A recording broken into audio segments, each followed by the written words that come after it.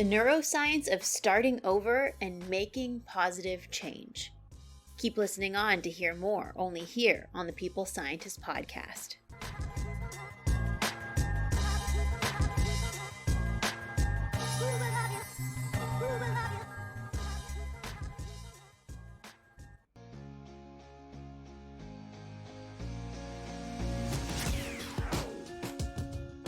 You are listening to The People Scientist, the podcast dedicated to helping us optimize our health with the latest scientific findings on neuroscience, physiology, and nutrition. I, your host, Dr. Stephanie Caligiuri, a nutritionist, physiologist, and neuroscientist, will be here with you every single week, bringing us information to ignite our thinking, to help us be one step closer to the healthiest we can be.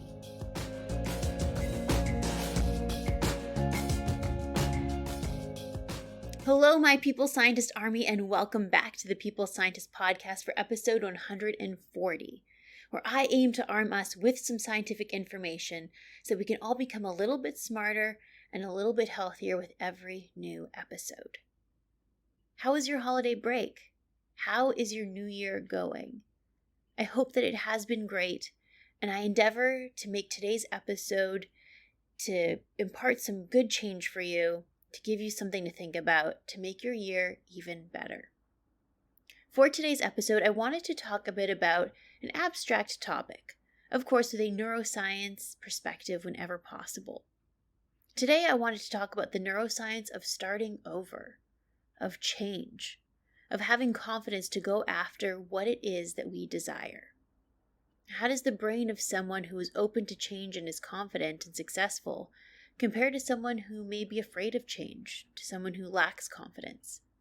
Can we use this information to our advantage in order to incite some positive changes in our life? So whether we are starting over in a romantic relationship, looking for new friends, starting a new job, moving to a new city, wanting to start a new hobby, let's work on that. So let's dive into those scientific details, shall we? But before we do, as we always do, let's start off with a foregone fact where I share a scientific finding from long ago.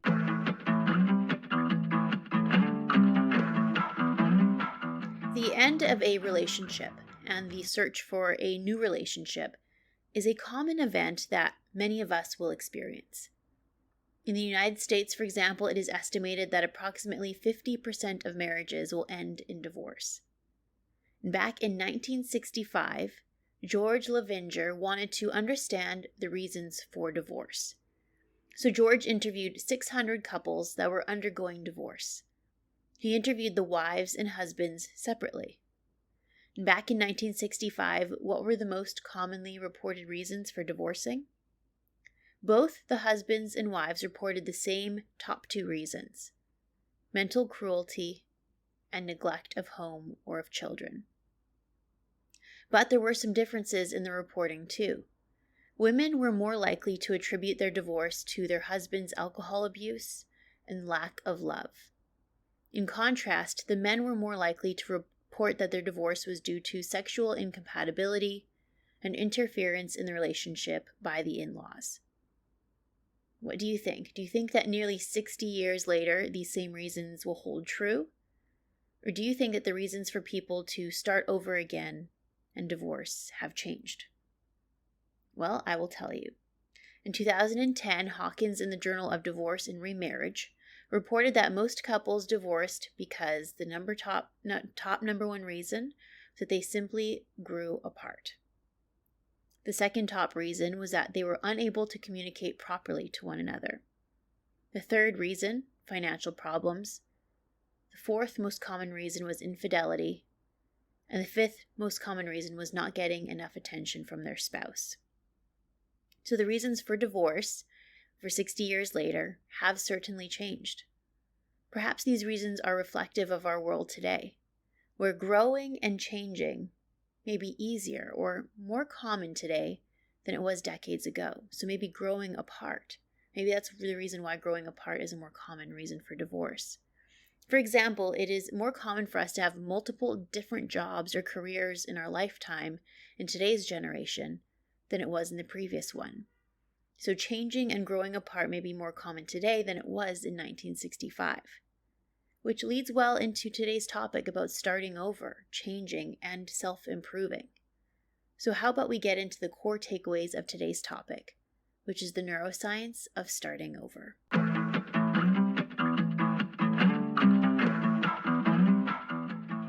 In today's episode, I'm going to talk about the neuroscience of starting over and going after what it is that we want. I bet many times in our life, we're going to have to make some big changes. For example, changing careers, going back to school, starting a new relationship, moving to a new city. So in this episode, I propose that our ability to do this with success involves 3 things. 1, overcoming our fear of rejection or our fear of failure. 2, our self-confidence, or our perceived ability to do something with success. And number 3, our strategies for goal-making and habit formation.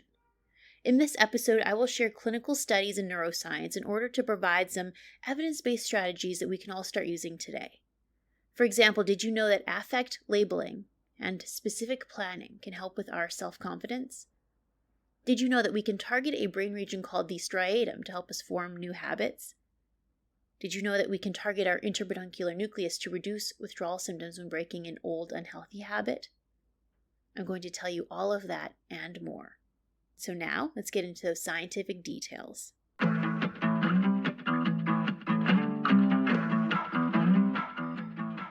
The 18th century philosopher Edmund Burke wrote, "No passion so effectively robs the mind of all of its powers of acting and reasoning as fear."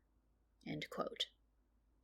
The fear of failure, the fear of rejection, the fear of losing is a very large, if not the most significant reason that we stop ourselves from changing and going after what it is that we want.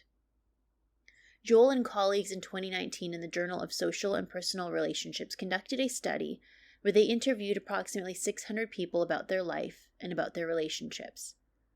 The most interesting finding of this study that I thought, when people looked back on their life, they felt the pain of regret far more than the pain of rejection. They were far more likely to remember, bring up, and feel the pain of missed opportunities, wondering the what ifs.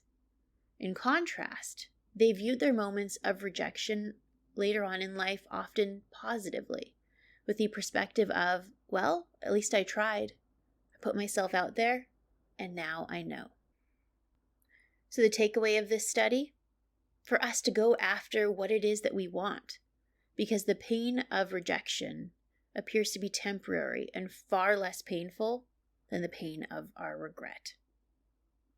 So is there something that we can do to help us cope with rejection? Well, Cranes in the journal Psychiatry in 2017 reported that in 180 participants, there seemed to be a correlation between how sensitive someone was to rejection and their problem solving. Individuals that were sensitive to rejection tended to take things quite personally. They tended to think that being rejected must have been due to a personal attack on them.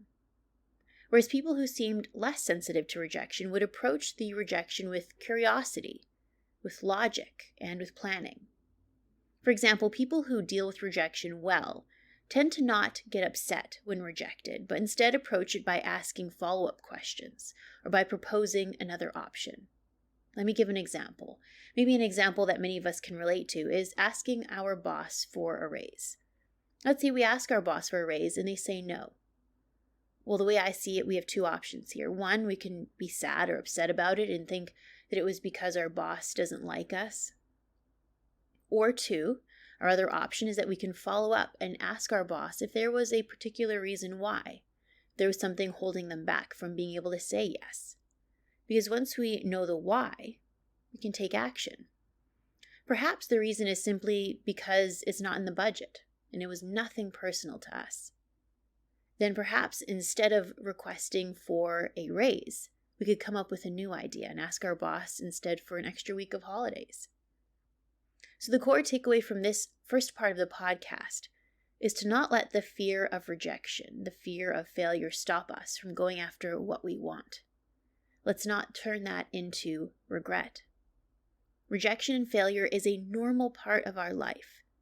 Even the best in the world fail. Think of it this way, the top teams in Major League sports still lose over half of their games. What counts is that we get back up, that we learn from that loss, and that we do not take it personally, and we keep moving forward. Now that we have recognized fear of rejection, the fear of losing, to move forward with change, one needs self-confidence. So let's talk about that. Confidence is our believed ability that we can achieve something, the probability that we believe we are capable to do something with success. So let's ponder that for a moment. Can you think of something that you'd like to achieve or go after? For example, for some that could be to achieve a higher level of fitness, to find a job with better financial security, to get out of a bad relationship and to be in a supportive relationship. The determining factor in this is our confidence in our ability to successfully do so, a self-fulfilling prophecy, so to speak. I think I can, so I can. So to have confidence that we can do some things, we can create a roadmap with the how-tos toward our goal. So, for example, let's say our goal is to become more fit. One reason why supplement companies and weight loss programs are very profitable and popular is because they answer the what, the how. It gives us the tools and the how-to feel confident that we can accomplish something. What these types of programs offer is really the mentality of confidence. They are selling confidence. So let's say if our goal is to be fit, we can instead curate our list of how-tos on our own. We can make a plan to do exercises that we enjoy, like finding a dance studio or a gym near us, and putting that on a calendar, not a to-do list. That is because a key feature found in successful people is that they don't have to-do lists, but they have calendars where they set aside dedicated time for different activities. Perhaps we can also find fun exercise clothes that make us feel good. We can find a diet plan that has worked for other people, like our friends, and perhaps likely to work for us too. We must answer the question first, what will help me feel more confident in being successful here? How about another example? Let's say we want to change our career and go back to school. We might feel unsure about this big, scary change. What can we do to feel more confident about it? Well, perhaps we can read more about the major or topic that we plan to study, so that we have a bit of a foundation and can illustrate to ourselves that we are capable of learning about that topic. Perhaps going to the campus and meeting some of the staff or students there to see how our day could function on a regular basis. We could think about how we'd travel to campus, where we would live. I know that it sounds like simple things, but these small gestures can add up and influence our ability in feeling confident to do something new. And little by little, it won't seem so scary. So how about we dive into some of the neuroscience so we can have some science-based strategies too. Frewen and the journal Scan in 2013 conducted a really neat study. Using functional magnetic resonance imaging, or fMRI, they measured the recruitment of different brain regions in 20 women to understand how self-esteem might be processed in the brain of women. They wanted to understand how the brain may signal differently in women with low self-esteem versus high self-esteem. Firstly, the scientists identified certain brain regions involved in self-confidence, or more specifically self-referential processing. They observed the ventral medial prefrontal cortex and the anterior cingulate cortex responded during negative self-reflection, particularly in women who regarded themselves more negatively. But the dorsal medial prefrontal cortex responded particularly in women who experienced greater positive emotions during positive self-reflection.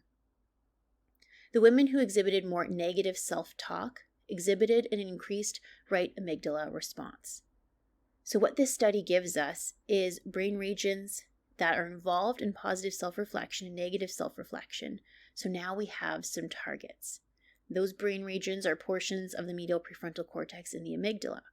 So let's take these findings and turn them into actionable goals. So the amygdala was implicated in negative self-reflection and low self-esteem. This brain region is often studied in the context of emotions like fear, aggression, sadness, but some positive emotions like happiness too. So one easy approach we can all start using today to help influence the recruitment of the amygdala is affect labeling. In multiple episodes, I've spoken of this technique, and it is one of my favorites. Briefly, affect labeling involves us stopping, taking a deep breath, and defining our emotion very specifically. Like, I feel jealous. I feel nervous. I feel rejected. Then next, identifying precisely what it is that is causing us to feel this way. This technique brings on board our logical decision-making brain regions and inhibits our emotional brain regions like the amygdala. This technique helps us to become more of a critical thinker and less emotionally reactive. This is a great technique to enhance one's emotional intelligence, can help prevent us from negative self-talk. If you don't believe me, you can take a look at the publication by Costa Freda in the journal Brain Research Reviews in 2008, where they pooled together 385 different neuroimaging studies to support the utility of the affect labeling technique. Let's target the other brain region the scientists noted to be important in positive self-evaluation, and that is the dorsal medial prefrontal cortex. This brain region was more on board in women that had positive self-esteem. So how can we bring this brain region on board? We can by planning and decision-making. So step 1 was to affect label to get those negative emotions under control. Step 2 is let's make a decision. Decision-making brings on board that medial prefrontal cortex. So how about we make a decision to feel better about ourselves? Let's make a decision towards self-improvement. Let's decide to stop feeling sorry for ourselves, for example. Third step to bring on board that brain region is to plan. Planning brings on this prefrontal cortex. And confidence is rooted in the aspect of us attempting to do something and being successful at it. So let's plan something that helps us gain a new skill, something we can accomplish. What will make us feel better about ourselves? We can plan a workout routine that we will enjoy, that will make us happy, like taking a dance class. We can start some art projects and feel satisfied and have a visual cue of what it is that we've created and accomplished. Perhaps we can learn a new language and be happy with our progress. Perhaps going for a run and measuring how fast we can run for a duration or certain distance. It is important to measure our progress, as seeing our ability to achieve our goals is an important aspect to having self-confidence. So the technique of bringing on board our logical part of our brain to 1, identify what it is that we are feeling, why we feel that way, and making a decision to feel better, and then planning out activities to help solidify that confidence is a neuroscience-based strategy to help with low self-esteem or negatively feeling about oneself, and instead to enhance one's self-esteem and self-confidence. Let me provide some evidence from other scientists that new activities can enhance self-esteem and positive feelings about oneself. Jelani in the journal Health Psychology Research in 2019 recruited 60 participants living with type 2 diabetes. The scientists' hypothesis was that having the participants plan out their own exercise routine and having the participants take part in that routine would enhance their self-esteem, their confidence, their sleep, and their mood. So half the participants carried on as normal as the control group. The other half planned out their exercise routine, which included working out 3 times a week and the use of a treadmill in between those days for 12 weeks. So what happened? Those taking part in their planned exercise program saw a 33% improvement in their self-esteem score, whereas the control group worsened slightly. How about another study to support this strategy? Legrand in the Journal of Family Violence last year recruited women who suffered domestic violence. Unfortunately, women with domestic violence are prone to low self-esteem, negative mood, and low self-efficacy. So a particularly important group to help with raising self-esteem and confidence.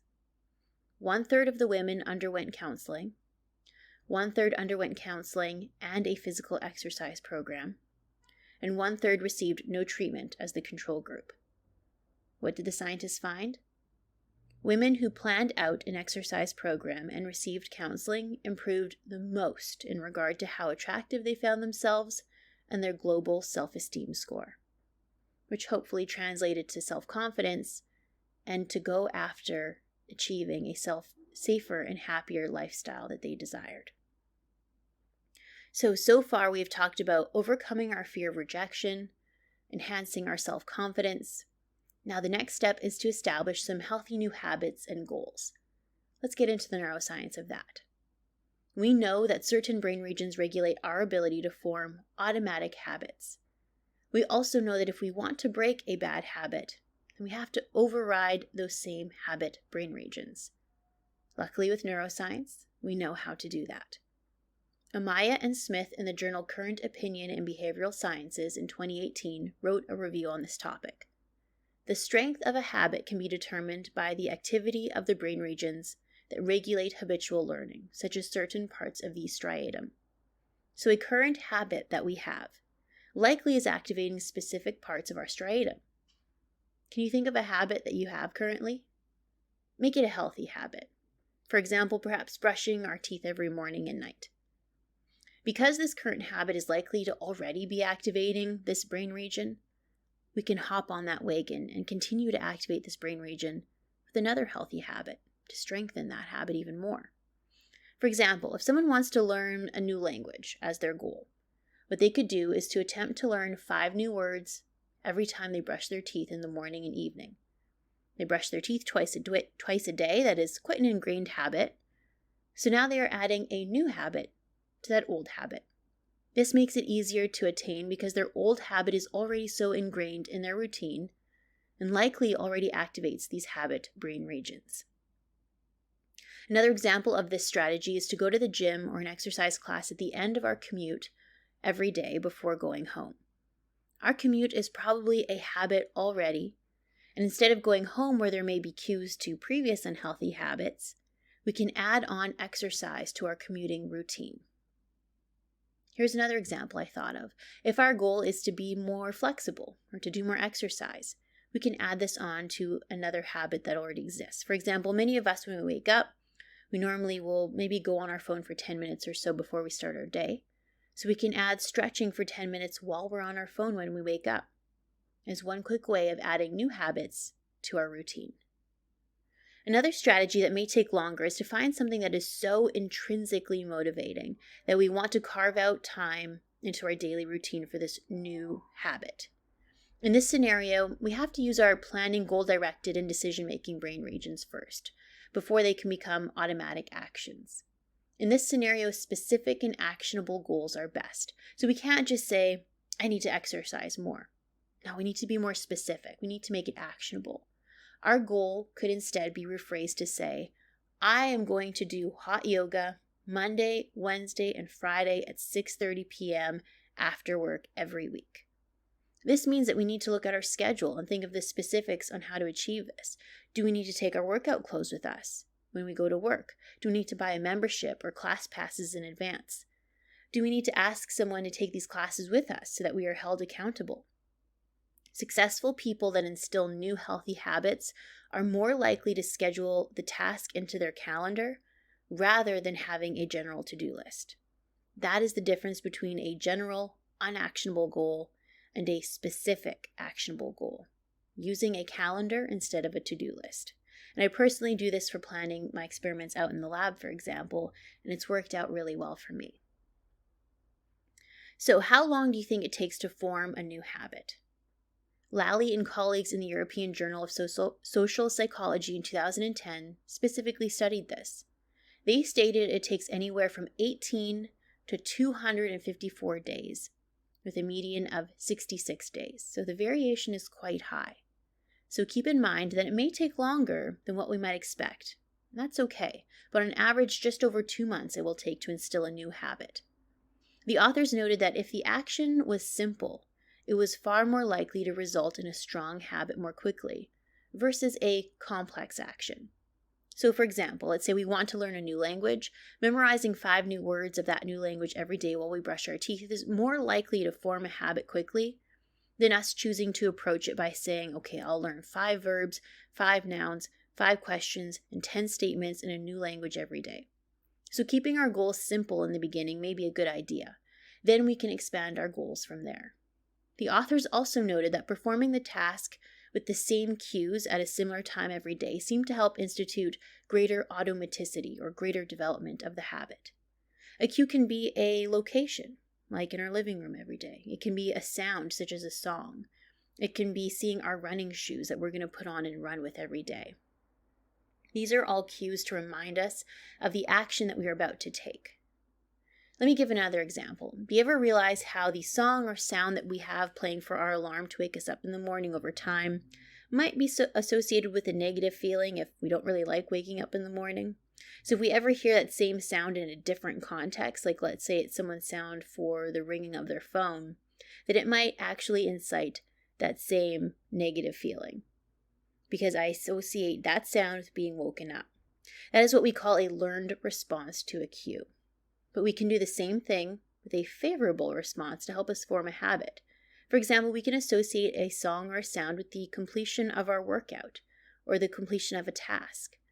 Over time, we will associate a feeling of success with that song or with that sound. Then we can play that song as a cue to help motivate us to begin that task when we feel unmotivated. And that's because we've now associated with success with a new cue. We can use that to our advantage to help motivate us. Now, how about the opposite?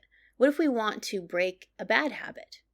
Well, referring back to the previous paper mentioned by Amaya and Smith, they note that the strength of the habit can also be determined by the weakening or inhibition of the cognitive and conscious thought centers of the brain. So essentially what this means is the more automatic and subconscious we make our actions, the more likely they are to become habitual. In order to break a habit, we need to strengthen the recruitment of our cognitive decision-making centers, meaning we need to consciously think of our actions and reassess what our goal is. We can ask ourselves, do I really want this cigarette right now? Do I really need to eat this chocolate right now? Why do I even want this? What emotions am I feeling right now? Am I bored? Am I sad? What is it that I'm actually feeling? Breaking that automatic response of craving whatever our vice is and questioning it is the first step to overriding the habitual centers of the brain. However, once we ask ourselves that question and decide to stop that habit, our neural circuits in the brain now become important, and that is the withdrawal and reward centers of the brain. And I elaborated on this back in episode 1 of the podcast, but briefly I will describe it here for us. Our environment is our cue, or our trigger, to receive a reward. So if we smoke a cigarette, for example, at 7 a.m. every morning at our kitchen table, that time of day and that kitchen area, that kitchen table is a cue to us. If we sit in that area and consciously think instead, do I want this cigarette? That is great. That's step number 1. But then next, what's probably going to happen is our withdrawal or disappointment centers of our brain, like the lateral habenula and the interpeduncular nucleus, might be activated. These brain regions are activated and can induce feelings of stress, anxiety, and withdrawal. And a lot of work has been done to prove this by many scientists such as Andrew Tapper, my mentor Paul Kenny, as well as Mariella DiBiase, and many more. So if we start to feel those feelings of stress, anxiety, and withdrawal, then we might be likely to relapse and go back to our old ways. So how do we prevent these brain regions from becoming activated? 2 ways. 1, we can get rid of our cues. For example, for the first while, we might want to avoid the spaces where we normally do our unhealthy activity, like where we smoke or where we eat junk food.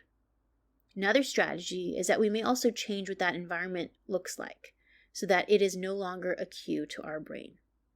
I know it sounds funny, but we do this repeatedly in animal studies. We learn to associate rewarding things like junk food with certain rooms, packaging, locations. And if we change what those spaces look like, it tricks our brain into no longer thinking that it is the same cue. For example, we can change the color of the walls in that room, put up new artwork, change the layout, like where our couch is, where we sit, and where we face. This may help change the environment just enough to reduce the symptoms of withdrawal and craving because that cue no longer exists. We can also do other rewarding activities in those same spaces, like listening to our favorite music, talking to a friend on the phone, reading a book, watching a comedy, doing stretching exercises, etc. Once we have recognized what our cues are that make us crave whatever our negative habit or vice is, another step is to deal with the withdrawal symptoms. And mindfulness-based relapse prevention is an option. This strategy was written by Sarah Bowen and colleagues. She published a clinician's guide to this book in 2011. Essentially, this strategy is a meditation strategy that aims to train us to be more mindful and conscious of our thoughts, cravings, environment, and goals, which is really step one that I mentioned previously, meaning to be more conscious of our actions in order to break the automatic responses that we have, in order to override those habit brain centers. Then Sarah goes on to train individuals to learn to be comfortable with their withdrawal symptoms, as opposed to trying to escape or get rid of them. So the clinicians would ask the subjects, for example, what was your direct experience? And how did your mind and body react to that? Then over time, the individuals may place themselves in an environment that is likely to induce craving and practice their mindfulness there. Riding the wave of craving, feeling the craving, but choosing to feel it rather than escape or numb it. Realizing that it is okay to feel this way and to understand that it will subside. This is a meditation strategy that allows us to be far more conscious of our reactions and feelings to our environment around us. And Sarah has shown that this strategy, when combined with other strategies, can be very helpful in those suffering with drug addiction. She published some work on this in 2009 and in 2019 for those living with cocaine addiction in the American Journal of Psychiatry, for example. Another strategy to deal with withdrawal symptoms is to override brain regions like the lateral habenula by adding other healthful, rewarding things to our life. So, for example, adding things to our life that can release dopamine in the reward centers of the brain, such as listening to our favorite music, exercising, heat therapy, such as a hot bath, a hot shower, or sauna use, social interaction, and chatting with good people, watching comedy shows, playing a strategy-based video game, and more. And I go into details about the studies of these back all the way in episode 1. So in brief, how to break an old habit. We can be conscious of our actions and ask ourselves why we are doing this. This conscious thought will help override our habit-forming brain regions. The second step is to deal with the withdrawal so we don't relapse. To do this, we can change our cues, change our environment. We can use mindfulness-based meditation to recognize how we react to that environment and become comfortable with these withdrawal feelings. And lastly, which would be a replacement therapy, is to add healthful, rewarding things to our routine to override the lateral habenula withdrawal response. So that is a wrap, my people scientist army. The science behind starting over and making positive changes. It is likely that we will start over and need to make big changes in our life many times over. The key to doing this successfully? I personally think it involves 3 things. 1, overcoming our fear of rejection and being comfortable with the fact that rejection is a normal part of life, that even the most successful have a lot of losses and failures. And realizing that we will feel the pain of regret far more than the pain of rejection. To anticipate that rejection is normal and common, and to approach it with curiosity rather than pain and hurt. The second component to starting over, making positive change, I believe, is to build self-confidence, meaning increasing our belief that we can accomplish something with success. I think that we can do that by A, affect labeling our negative self-talk, B, planning and thinking about strategies to make us feel more comfortable with our goal. I think the third component to starting over is about habit formation. Let's develop healthy habits toward our goals by using a calendar instead of a to-do list, by adding new habits to previous ones, by making our goals and habits simple and specific. So for example, instead of saying, I will work out, let's say I'm going to take this hot yoga class Monday, Wednesday, Friday at 6:30 p.m. every week. We can break our old, unhealthy habits by bringing on board our logical, reasoning brain regions, questioning what it is that we're doing, what we are feeling, and using some strategies I outlined to deal with the withdrawal and craving. I hope that this episode was insightful and useful for you. Thank you for hanging out with me today. And if you enjoyed the episode, then please consider sharing it with a friend, buying me a coffee, or following me on social media to learn some extra tidbits of information to see some of the studies that I cite in each episode. The instructions on how to do all of that are in the description box to the show. I hope that you all have a wonderful 2 weeks, and I look forward to meeting you back here again in 2 weeks' time. Bye for now. I am a scientist simply sharing scientific evidence. Some of the clinical interventions I discuss are not appropriate for everyone. Before making any changes to your diet or lifestyle, please do consult the advice of your physician or dietitian. My opinions expressed here do not necessarily reflect those of Mount Sinai Hospital and its affiliates.